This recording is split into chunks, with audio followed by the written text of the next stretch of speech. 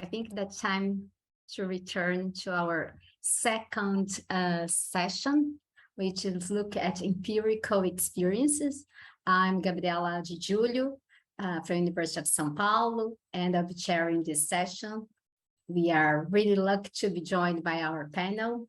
The first one is Gale Rigobert from University of York, who is talking about policy and emergency responses. Dr. Gale is an advisory board member, international relations expert, also lecturer, former government minister, TV host, as well as currently a visiting fellow to IGDC.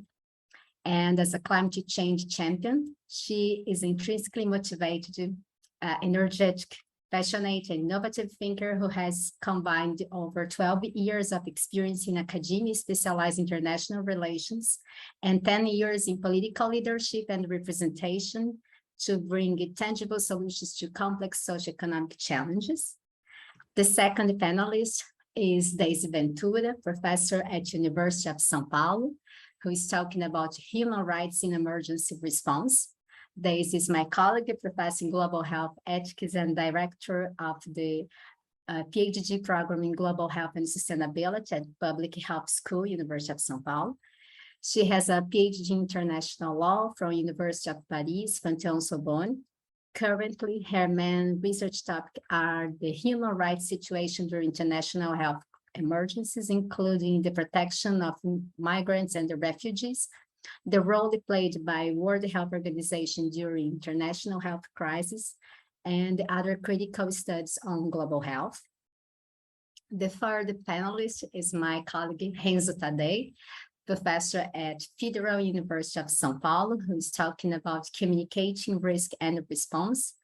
Renzo teaches anthropology and science and technology studies at the Federal University of São Paulo. His research focused on the social cultural dimensions of how humans relate to the atmosphere. He has written on climate forecasting, disasters, geoengineering, and how the atmosphere is featured in Brazilian indigenous modes of existence. Renzo is also a standing committee member at the World Meteorological Organization and was a visiting scholar at Yale University, Duke University, and the University of the Republic in Uruguay. And finally, we have Janaka Jaya Wikrama and Claudia Milena Adler, both from University of York. And they are talking about humanitarian crisis and the response to environmental hazards. Janaka was trained in India, the USA, and the UK as social anthropologist. He has been actively engaged in disasters, conflicts, and uneven development crises in Asia, Africa, and the Middle East since 1994. He has led and contributed to several responses, including the 2004 Asian tsunami, Western Darfur in Sudan, North Iraq, Syria, and Ukraine. Jacana's pioneering work on community well-being has influenced the global humanitarian and development system and changed response policies to acknowledge communities as first responders. Over the years, Janaka has designed many postgraduate educational programs, including the Master Program in International Humanitarian Affairs at York. As an academic and practitioner, he continues to advise the global humanitarian development system on disaster risk reduction, conflict transformation, climate change adaptation, and community owned development. Claudia is a lecturer in well-being and development at the Department of Health Sciences at York. As a British Columbian, Claudia has collaborated with community initiatives on education, empowerment, climate change and development since 2016, primarily in Uganda and Colombia. She also teaches courses on humanitarianism, international protection assistance, community humanitarian affairs, and education emergencies. Claudia's research critically examines learning approaches that empower girls and women from marginalized and rural backgrounds from South Asia, Sub-Saharan Africa, the Middle East, and Latin America. She's also a member of the Feminist Humanitarian Network, a space for women leaders, especially from the Global South, to engage with policy and practice of the global humanitarian and development agenda. And currently she is engaged with ancient wisdom from Asia, Africa, Latin America, and the Middle East to learn solutions to modern challenges, including climate change. So we start with Gale Rigobert. The floor is yours, Gale. Thank you, Gabriela. Thank you very kindly, colleagues. I'm really happy to be here to be speaking on the all-important issue of emergencies, well-being, and social justice in the Anthropocene. I must say I enjoyed the first panel, and in fact, where I would have started with definitions, I think we had a very pregnant discussion on issues of definitions as it pertains to how we perceive emergency, for example. Something very dramatic is happening with our planet.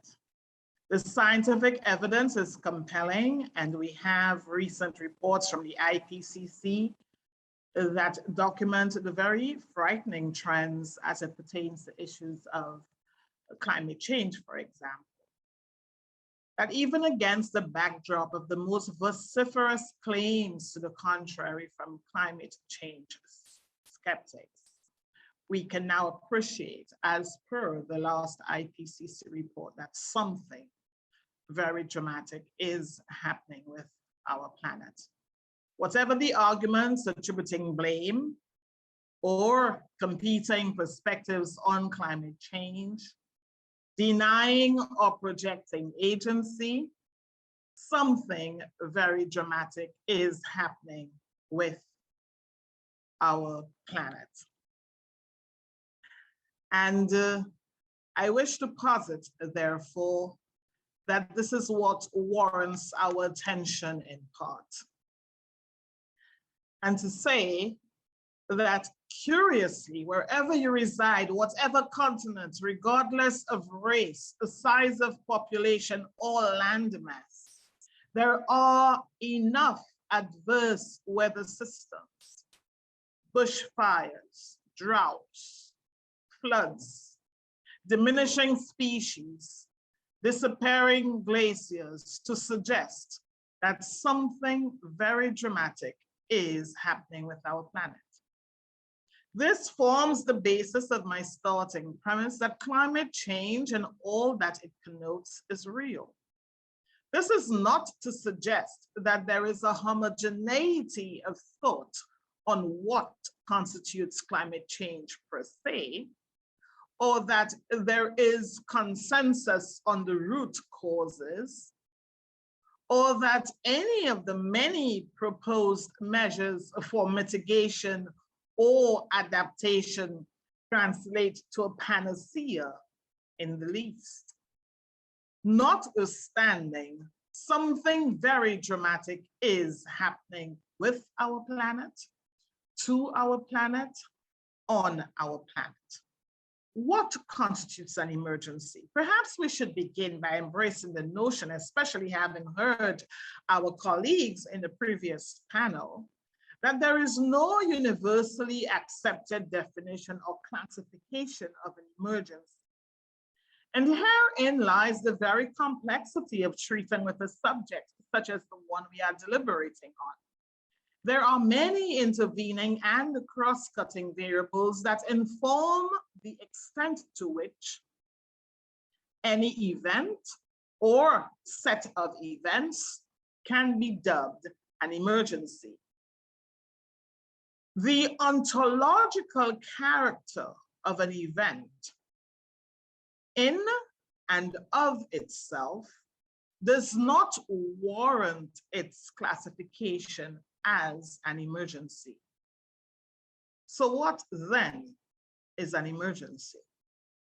I wish to prefer that an emergency is an event or set of events that cause significant disruption to everyday life, have a significant national, if not global economic or trade implications, affect a sizable part or parts of the population, can interfere with the somatic existence of citizens, cause damage to the physical environment and infrastructure, and is life-threatening to living species, humans included.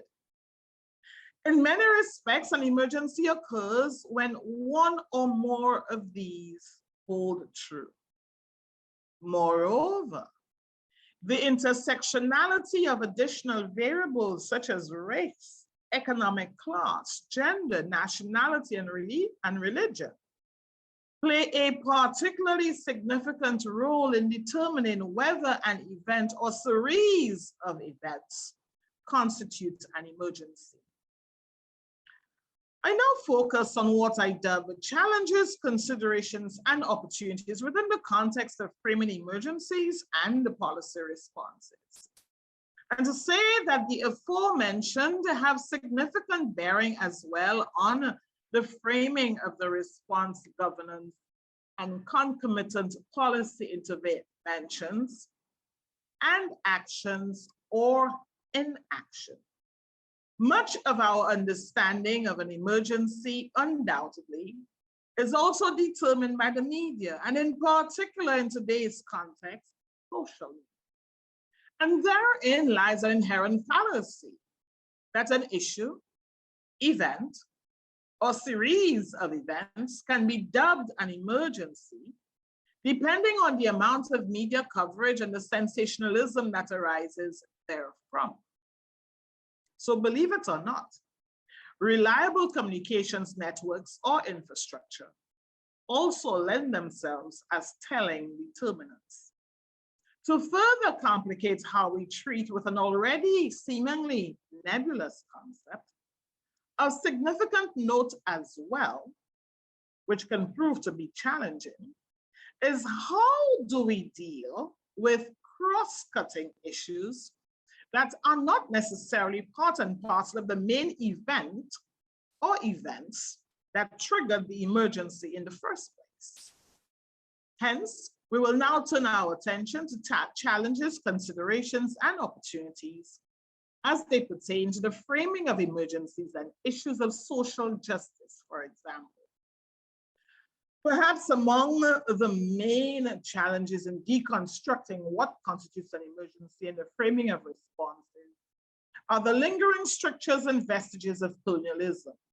How often have we read or heard reports on events dubbed emergencies and a reference is made to former colony of?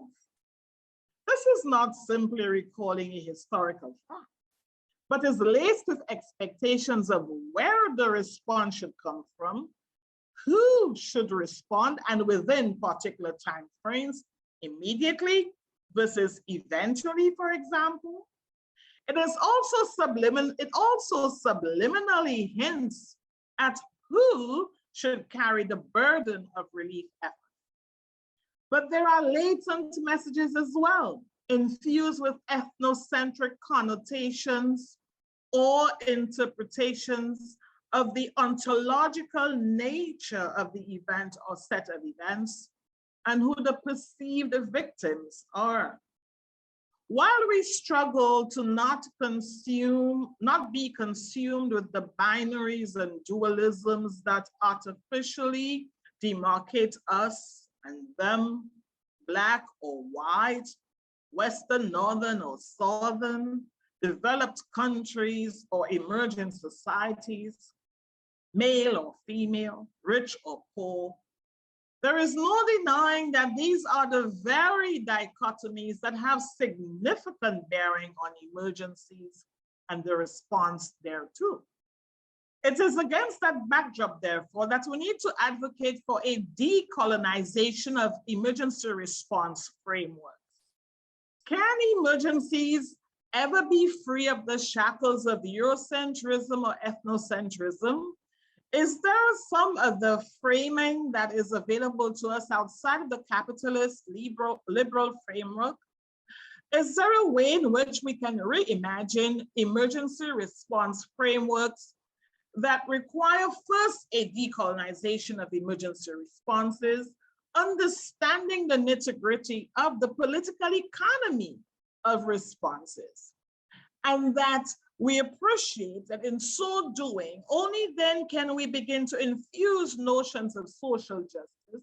The dividends therefrom, we hope, will then lend to realizing the Sustainable Development Goals and the ambitions articulated therein. But there are some oxymoronic characters of the very system that we expect to have a self-correcting mechanism that at one and the same time relies on inequality and inequity, but expects to fix those very things that determine how we respond to emergencies, who benefits from the interventions, and whether policymaking can ever be neutral in that context. I stop here for now. Thank you for listening. Many thanks, Gale. Fascinating. The next panelist is Deisy Ventura, from the University of São Paulo. Muito obrigada, Gabriela e João, pelo convite para participar. For the invitation to participate in this seminar. Greetings to all colleagues that are here with us today. It's a pleasure to listen to Gale and other colleagues that spoke on the first panel. In those few minutes that I have, I think the most interesting is to think about what are the challenges of the transposition of what we already have in terms of emergency, health emergency, and they are going ahead at this moment. And at this very moment, we are trying to negotiate a treaty that involves pandemics, and also the negotiations with reforms of laws, of international laws regarding to health, which is the main tool for the emergency in international sphere. And that will give a definition about what are the emergencies. And those two tools are going to, at the moment, being changed and being negotiated, and are going to be shown in an assembly of 2024. So at this very moment, we are living an intense debate about the emergencies of health. And I ask myself, up to which point this debate can help our benefit of our meeting today. My area is international law, and during all my career, for the long of the 30 years, always been worried about seeing how the international law can be applied on the national laws, more than interested in only international law in general terms. I always studied o direito internacional entra e é aplicado nas ordens nacionais, né? Então, primeiro paralelismo que nós poderíamos fazer é o da ideia de que normas internacionais e processos de negociação internacionais não têm efetividade e resolvem muito pouco.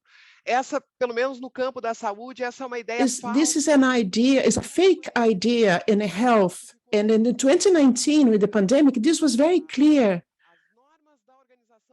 The norms of the International World Health Organization, they were right in many ways, but they were decisive for the governments, local governments in many different countries in the world could go against national governments that didn't take action to stop the propagation of COVID-19. Brazil is one case, but it's not the only one. International norms said that there was some administrative decisions and the idea of laws, and was essential for the jurisdiction. Local governments could defend not only local governments, but they could defend the protection of health and the measurements to protect the health. I read not so long ago de colegas que eu admiro muito, que se chamava A Futilidade da Negociação de novo tratado. Of a new treaty about pandemic. I disagree with this futility idea of these negotiations. This idea, as Gale said, is essentially colonialist. If you don't know the answer of these health emergencies of the world and development, in which those international frameworks, if in some situation they can represent a colonial oppression, in other situations they can be our only tool or law or to make the rights to be valued. And this is the first idea that I would like to transmit. I had an idea, I have a list of ideas to respect the 5 minutes, and this is the idea that I think is the most important. Maybe the paradigm with the health emergency can be used in the planetary health, and if it is, the first message I want to say is, yes, international laws are important for the international negotiations, when the national states have this international reference.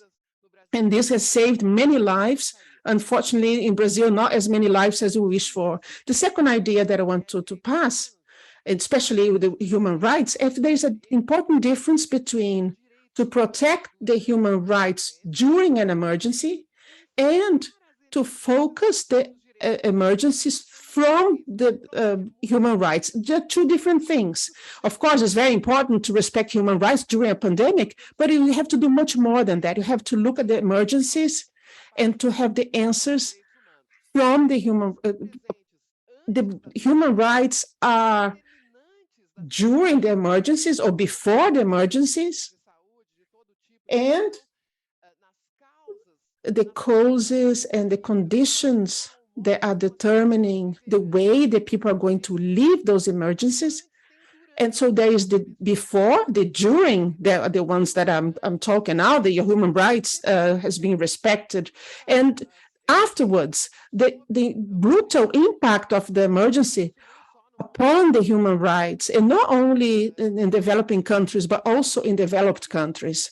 So that's why I ask myself, and at which point my discipline, which is international law, can help us to improve the planetary emergency. In the case of health, for instance, the attentions are given to during and not so much to before and afterwards. And during, there is a worry about the patrimonial rights, because for us, the law is an exception. It means the suspension, partial pensions of and this exceptionality has a material consequence. For instance, contracting and laws about budgets, exceptional budgets, and also effects upon the freedom and human rights in a more global scale. People think about human rights and emergency in case of health is just talking about quarantine, but this is not exactly that. We understand other social rights like labor laws, social assistance laws, and the freedom in a more bigger scale, because sometimes there's a suspension of democratic rules. So up to which point we could transport this reflection to a debate with the emergency of climate. And wow, I think I managed to pass everything I want to. And I thank you very much, Gabriela. And the next panelist is my colleague Renzo Taddei from Federal University of São Paulo. Renzo. Okay, I will speak in English, in Portuguese. Bom, eu sou antropólogo, não é? Então eu falo do ponto de vista. I talk from the point of view of the risks, and I dedicate myself to the implications of the Anthropocene and for the communication. The question of the empirical experience that I'm going to bring is this book here, which means The Fallen of the Sky. Was published in English before it was published in Portuguese. And I think that focus on one of the most important topics at the moment. So Deisy Ventura was from the Yanomami people in Brazil, and they live in the north of the Amazonic forest. And he has an experience to see a quantity of scientific research made in the Amazon like never before. We've never seen so much research in Amazon, and also a devastation like you've never seen before. So, nos mundos não indígenas, conhecer e cuidar não são a mesma coisa e não tem uma ligação imediata nem direta. Então, existe uma arquitetura importante aí, ontológica e conceitual, né, que é problemática. It's very problematic from the point of view of someone who can see this relationship. So I'm going to make two comments. The first one is that the impression I have that the use about the emergency frame is very simplistic of how the communication language works. So we ask if this works, doesn't work, if it's good, it's no good, and focusing in dimensions that are very superficial. So the question here, and there are much more sophisticated theories, and one of them that I think is very important, developed by Michael Silverstein, which is a collaborator of Chicago University, who was known about a pragmatic approach. And I can explain later on what I mean. The idea is that the frame, it can be in a context of significance. De embates, né? O ponto não é saber se o frame funciona ou em que contextos ele funciona. And in which context this works, and how do you construct, and what are you going to dispute in this level, in the metalinguistic level? This is called meta-pragmatism. So the problem is how this view is going to work and how this functionalist approach is going to work. So what the communication and the social activities can be connected. And the idea is that the messages are completely lying and it's inefficient. It's proved to be inefficient. So there is also the visibility and conscious are two very important things. So there is something that is questioned by the liberal imagination in social terms that they prove to be inefficient. And you can just look at the concept Anthropocene, for instance. There's questions from science that can show how this is linked. So the social theory says that we are a part of the ideology of objects. The microbiology says that we can be homeontics. We are beings in a symbiotic way, and the conscious can emerge of this symbiotic relationship. Anthropology says that the most lasting risks are the cultural models. And we have to know that we have been alive for 30,000 years. And the cultural models can be cognitives and can be linked to emotional sentiments and doesn't depend of communications and a perception that you can understand integrality. The Anthropocene questions that we have the capacity to understand what's going on. So the decision makers could decide exactly what to do. So clearly here, I think that is a program of epistemology that involves the science, because if you say the policy is rotten, is not understand the program. In which sense the politics and science, they are very similar.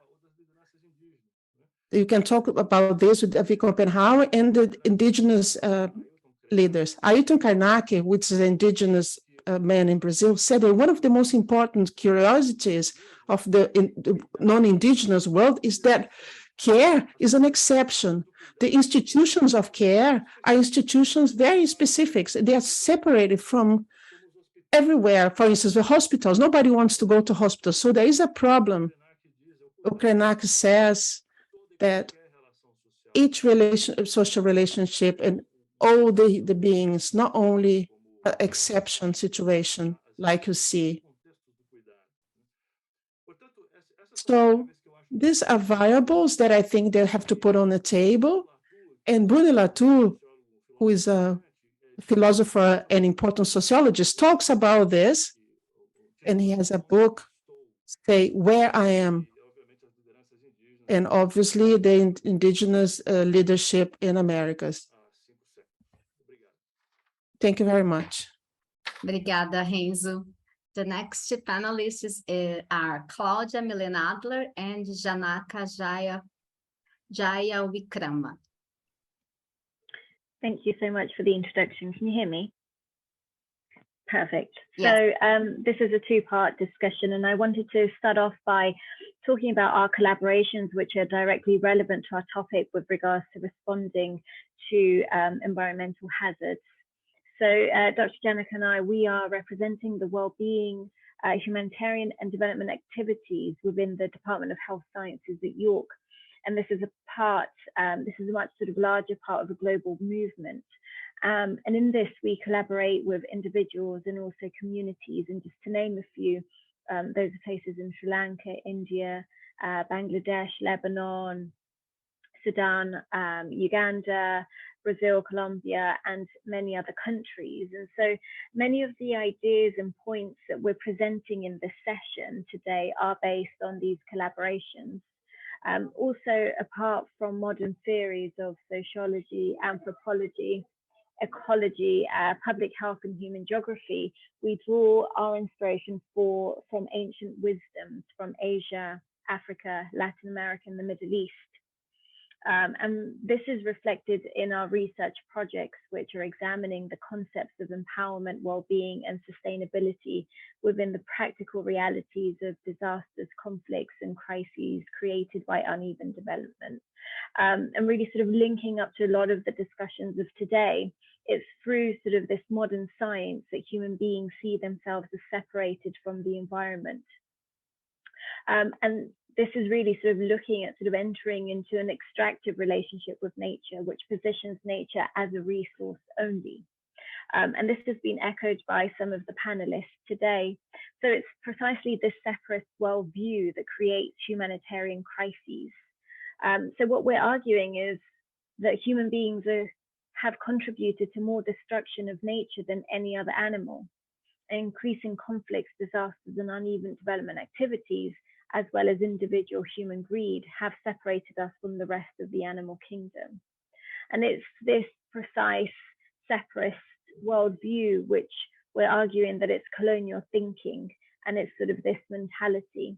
And even this event that uses the term Anthropocene, which means a period during which human activity has been the dominant influence on climate and the environment, you know, I've really got to sort of ask the question, really? Is this not sort of arrogance in itself? And are we that important and powerful than nature itself? So according to the Food and Agricultural Organization, there's 95% of the food that we eat comes from the soil. However, 52% of the world's agricultural soil has been degraded. So this means that we're losing an acre of soil every second. All of the world's topsoils could be gone within 60 years.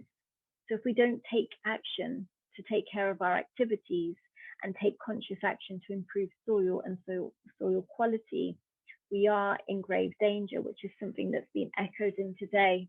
So to think and act like humans are the center of this planet is a huge mistake, and it contributes to the possible extinction of human race.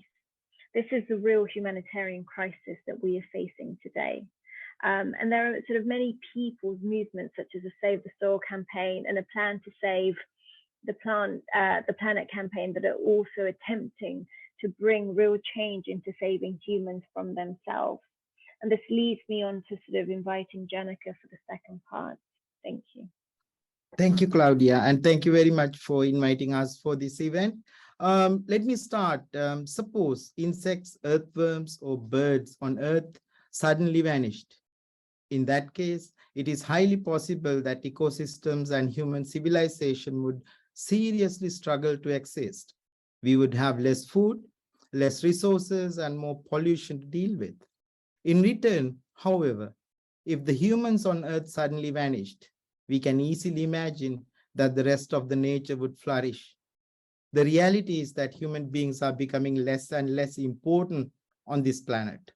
Over the past centuries, we have been disconnected from our planet with serious human activities such as urbanization and technological advances, mainly through philosophies and sciences emerged from Europe and North America.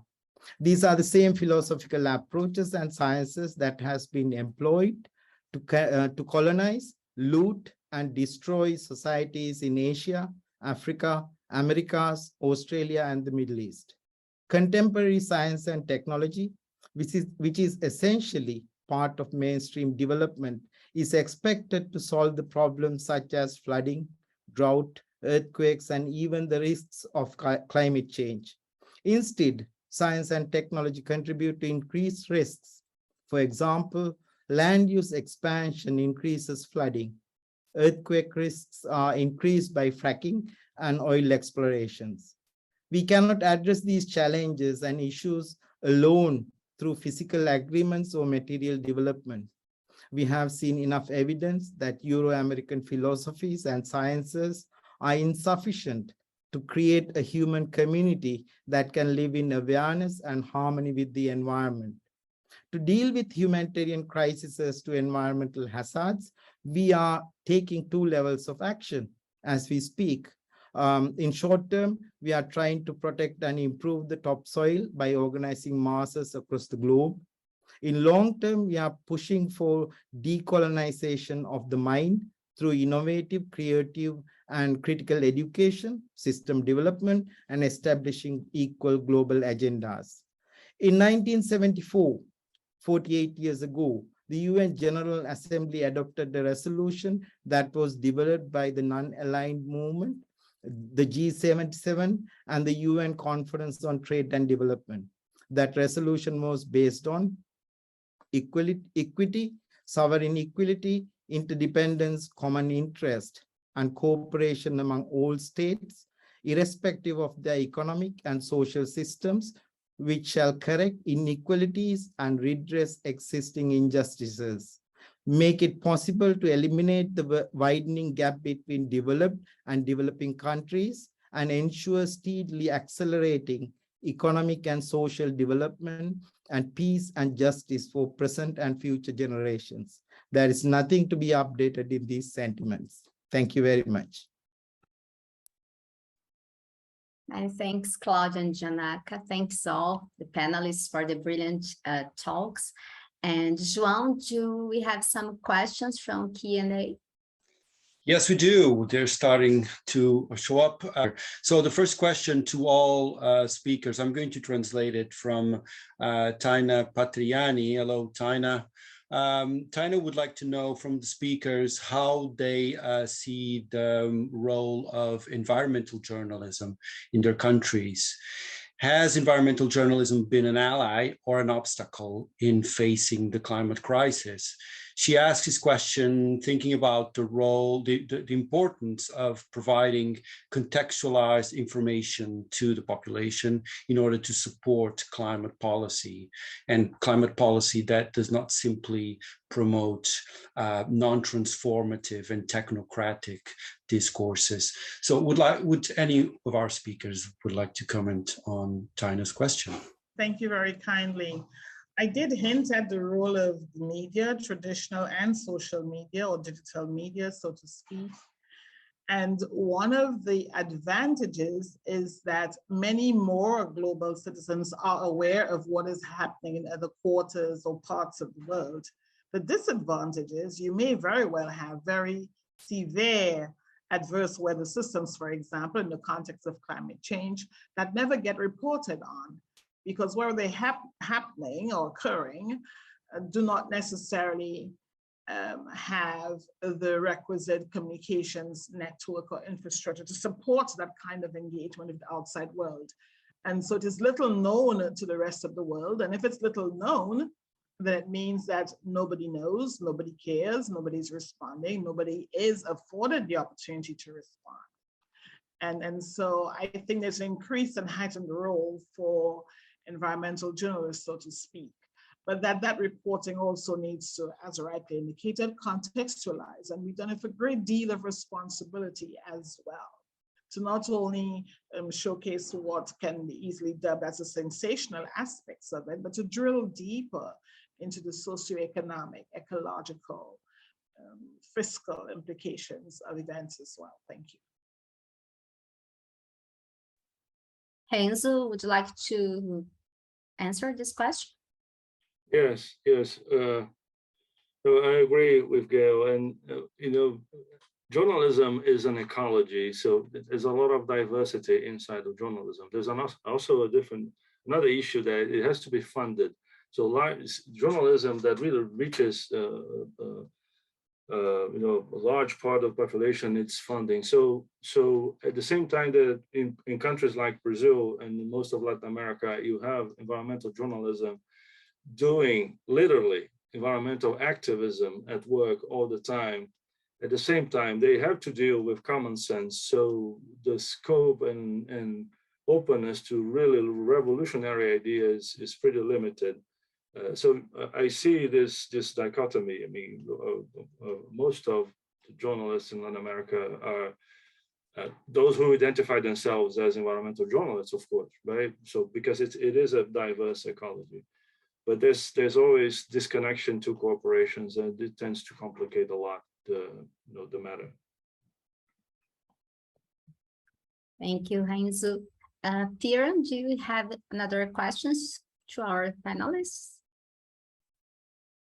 Yes, thank you, Gabriela. So Marcos Gonçalves has asked particular of Professor Renzo, would you consider the recent disasters at Petrópolis in Rio de Janeiro and Bahia as climate change evidence in Brazil? But there's a follow-up that I think would also be of interest to hear reflections from the other panelists about. So he goes on to say, have human rights been observed in those events? And the panelists were distinguishing between before and current and after. And I'd also like the panelists to reflect on that, thinking about the human rights, as to some of the interesting points raised by Janica and Claudia about if we repositioned humans in terms of not being outside of the animal kingdom, but of being within and part of the animal kingdom, does that change our approach to human rights and change our response to emergencies in a more positive way? And would we approach them differently, and how? Excellent questions. Yeah, seeing his. Okay, yeah, my answer, I will start from what you just said, Piran.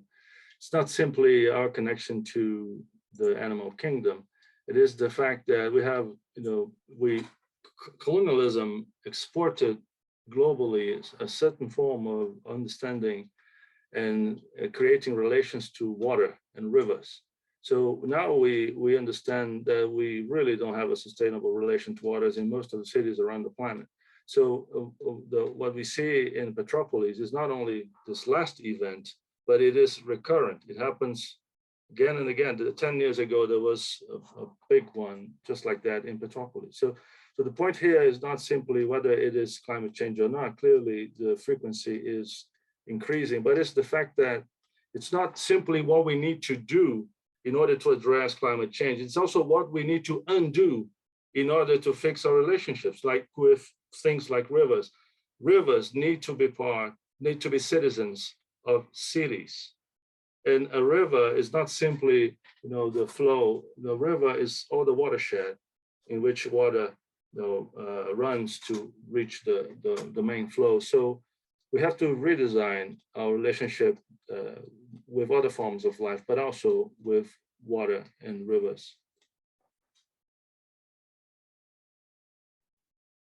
Excellent. Deisy, would you like to... Gostaria de acrescentar alguma coisa nessa pergunta? muito rapidamente nas visões Very quickly in mais the progressistas vision, de more direitos humanos, a progressive questão visions and dos human direitos dos rights, animais ou dos the ambientes é matter absolutamente of incluída. Não, the não há rights como se of pensar animals and de humans, outra it's maneira. all included. You Obviamente can't think in a existem different way. Of course, controvérsias there are doutrinárias sobre nomes de controversies disciplinas e about vertentes e grupos, mas, names por exemplo, and na minha different visão de enfoque de direitos groups, humanos, but é in my óbvio que a questão vision of human ambiental rights, of e a questão course, dos direitos animais, ela the é environment issue determinante and the human naquilo rights que eu is falei sobre determining in what I como talk pensar about antes how das to think emergências, mas também before the durante emergencies, but e also também during depois. Mas, and also por certo, after. existem But for outras sure, there are visões de different direitos humanos que visions podem of ser human rights that mais could restritas do que be essa. Essa é more uma disputa restrictive. This is a por uma visão dispute mais ampla for do a que more seja um broad enfoque vision de direitos humanos, that embora focuses a on human palavra rights. direitos But now humanos não queira dizer necessariamente que não the existam word human rights does preocupações not mean that maiores, there aren't e sou uma enorme concerns admiradora beyond that, desses and I pensamentos, admire dessa very much cosmologia indígena. Eu this acho que ela é fundamental cosmology, para nos indigenous orientar e cosmology. I levar think esse it's tipo de fundamental estudo for us empírico to para o que take acontece this antes, o que empiric causa subject as to emergências, what que é causes decisivo do to que the vai acontecer before, depois. what causes these emergencies, which is decisive to what will happen after. Janaka, Claudia, would you like to add something? Yeah, I think we are not necessarily talking about the repositioning of humans into to the environment or nature, because we are. Without nature, we won't exist. Without air, without trees, without everything else on this planet, we won't exist. So it's about that realization that whatever we exhale, like when we, whatever we exhale, the trees are inhaling, and whatever the trees are exhaling, we are inhaling that. When we realize that half of our breathing apparatus is out there as trees, then there is no question about protection. So similarly, if we realize that protecting each other as humans and as humans, that we share the same humanity and we share the same space and same planet in a very interconnected way, then there is no question about rights, because we are protecting ourselves.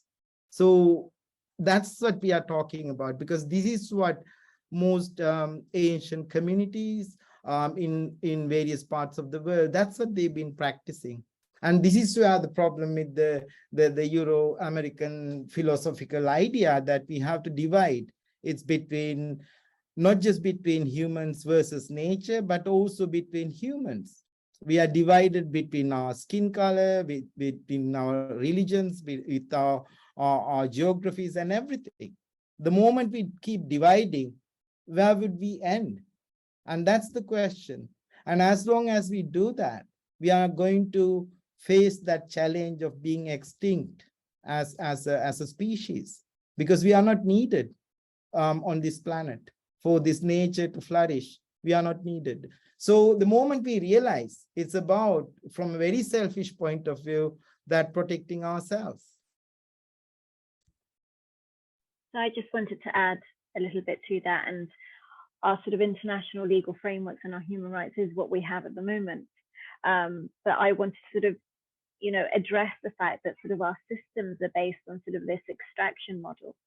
And what's sort of missing from this is anything that's based on sort of well-being and care. And that from there stems that division that we have, or that very sort of individualistic outlook on sort of our human rights. So I think it's, to iterate sort of some of Janika's points, is that sort of separatist worldview, which is creating sort of that division, or that idea of sort of exponential growth and seeing nature as a resource. And so from there sort of stems that division. Thank you. Thank you all for the answers. We have other questions, but unfortunately we don't have time, and we needed to finish our session to have our break and start the last section. But thank you everyone for the contributions, for brilliant ideas.